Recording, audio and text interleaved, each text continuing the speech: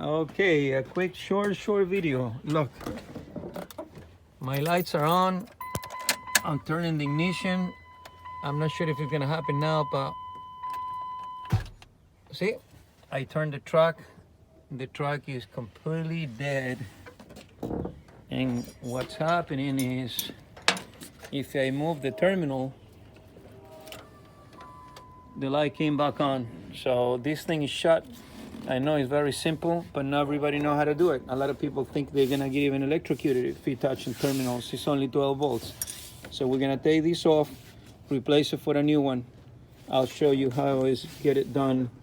Super easy. Like I said, this is not for people that know, it's for people that don't know or they are afraid to do it. So you'll need a terminal, right? And they're not such a brand. I guess I got these Die Hard, and maybe you'll need 2 wrenches because one side might spin. And after you loosen it up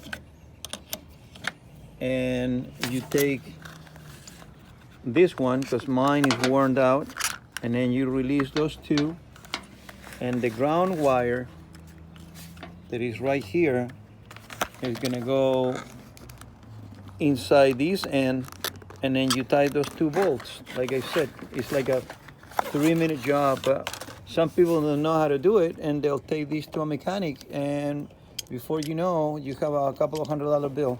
See, with the wrench, we open it up a little bit so it get loose.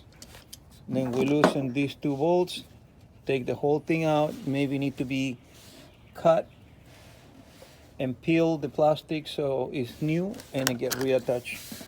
I took the wires out, and because they're not been doing good ground, you can see that they're fairly corroded. They don't have that nice clean copper color.